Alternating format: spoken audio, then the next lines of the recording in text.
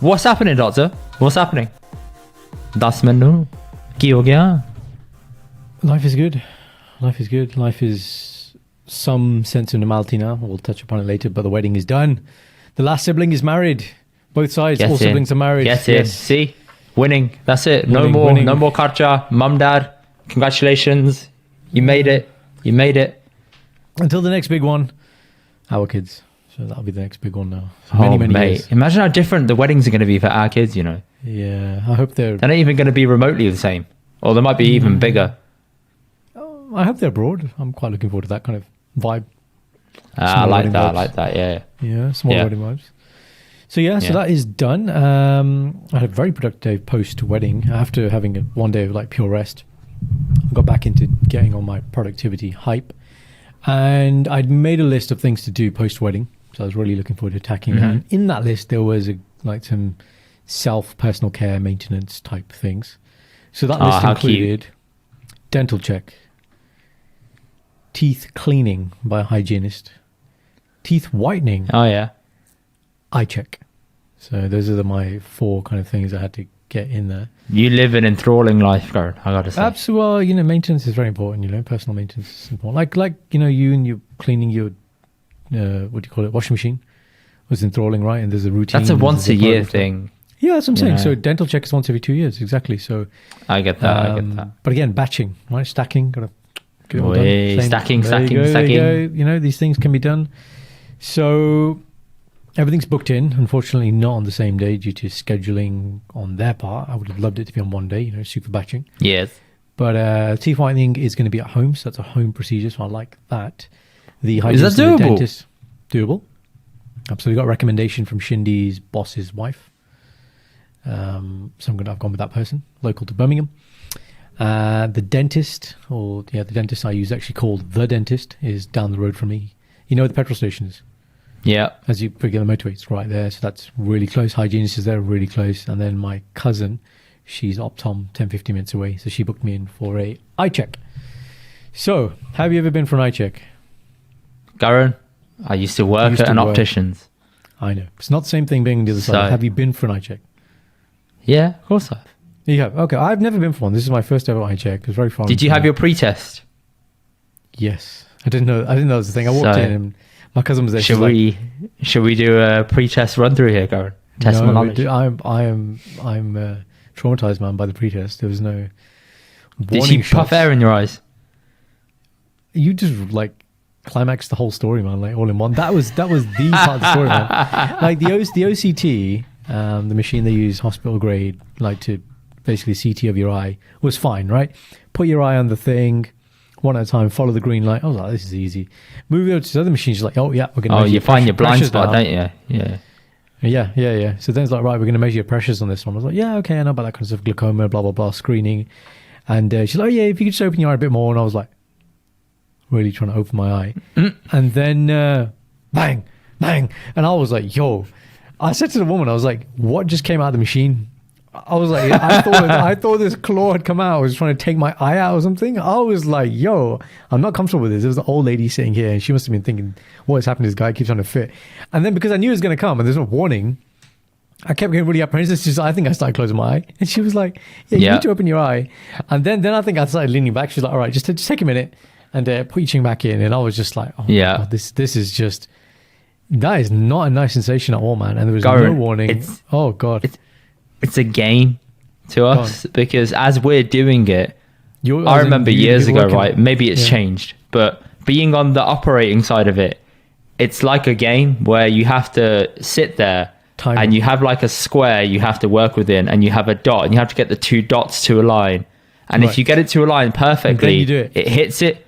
But it does it automatically for you sometimes. And you have to push back and forth with the lens. Yes. And hence why it feels like you're like, oh, it's coming at me. Oh, it's going back, coming at me. Because you're trying to get it to work automatically. And then it does it. Sometimes I've been there for ages and I've just had to bang it myself. And you get things called real measurements and partial measurements. Partial ones are actually quite common because you have to, I had to press it on my own. I had to let it trigger because the person was so old. It couldn't find the pressure point for it. So it wasn't triggering correctly and they kept blinking. So it would give a partial measurement back. You've clearly got 2 degrees. Yeah, clearly. I mean, dental, optical assistant. That was the phrase, optical assistant. Right, and obviously you got your geography degree as well. Yeah, so, a bit traumatized. And then obviously I'd see my cousin and I wasn't really speaking much. And then we went on to the other stuff, like the visual acuity, looking at the letters and things. That was all fine. The other thing before the air in the eye was just the flash. That was okay. Didn't mind that as much. Oh, the fundus camera. It did. Okay. Yeah, whatever you call it. It does blind you, and you're a bit like dazed for a little bit, but it's not painful. Hang on. There's an upsell to it. Did you have to pay more for the picture at the back of the eye? Everything was free because my cousin worked there.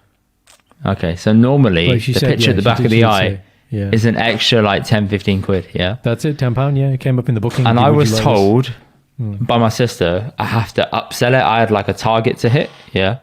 So I was like, okay. I had to like 16, 17, right? Wow, and she like sent me these mini targets and I was like, okay. Yeah, near enough. So she would say to me, sit them in the seat first, explain to them what it is, and then tell them the price and it's extra. And I was like, okay.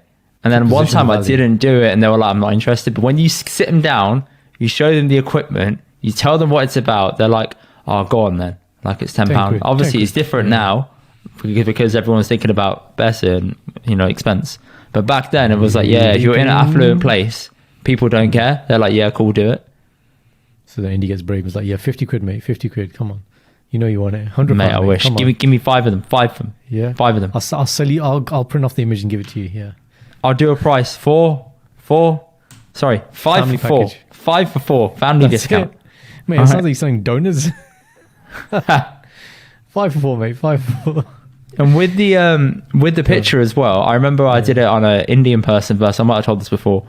I did it on an Indian person really late on, like as I was working there, because I was working in a really white area, and their image comes out with a different skin color at the back of the eye. And I was like, that doesn't look right.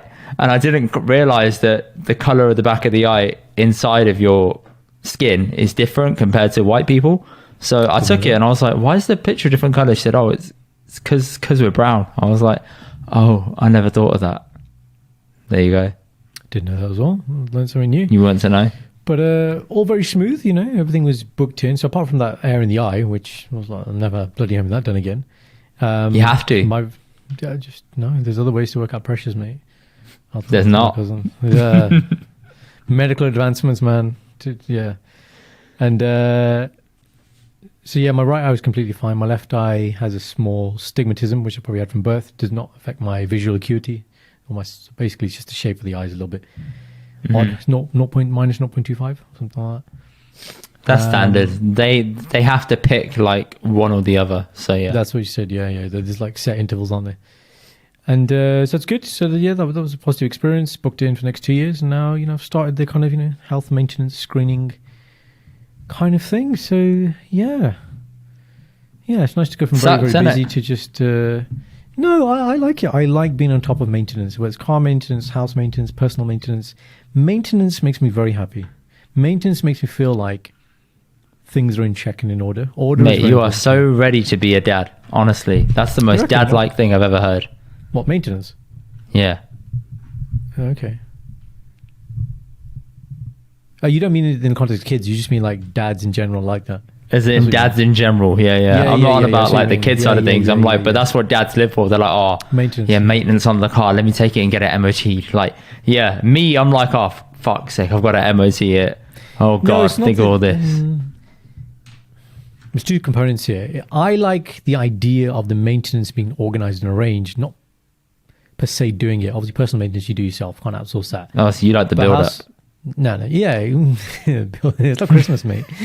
I'll tell you what, though, as soon as my calendar's got like a color-based system, and as soon as the oranges come up, 31-day notice, bang, whoever needs to know will know, and then the message goes out, and then the red notice is 31 days later. Obviously, the end, right? Car insurance is a good one, right? But like house maintenance, we've got a guy, good friend Mario. He comes 2-3 times a year. We just have a list ready for things for him to do. That's his ongoing things. Then he has yearly maintenance things he does anyway. Yeah. And perfected that list over the last couple of years now. So it's just added to it, tweaked it, and now it's just some point. So it's not the actual doing of the maintenance, although I need to do some of it.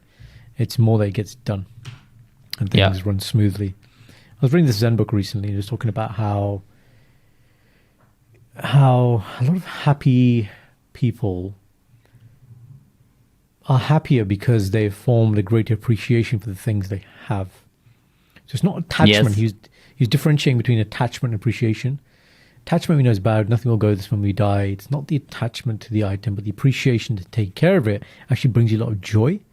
And on that note, actually, do you know, I think I was supposed to mention last week on the podcast, but Dad was somewhere and he rang me. He said, could you water the plants in the back? Now, you've seen our garden, it's like a jungle, but right close to where the doors are, there are some small plants, and we've got vegetables growing and stuff. And I put some music on. I started watering these plants, and that act of maintenance just made me feel so happy. Like, just standing there and watering plants, like, I just can't articulate why. It just made me feel at peace. You are channeling your inner Punjabi Jat. That's it, 100%. That's what you're doing. Perhaps.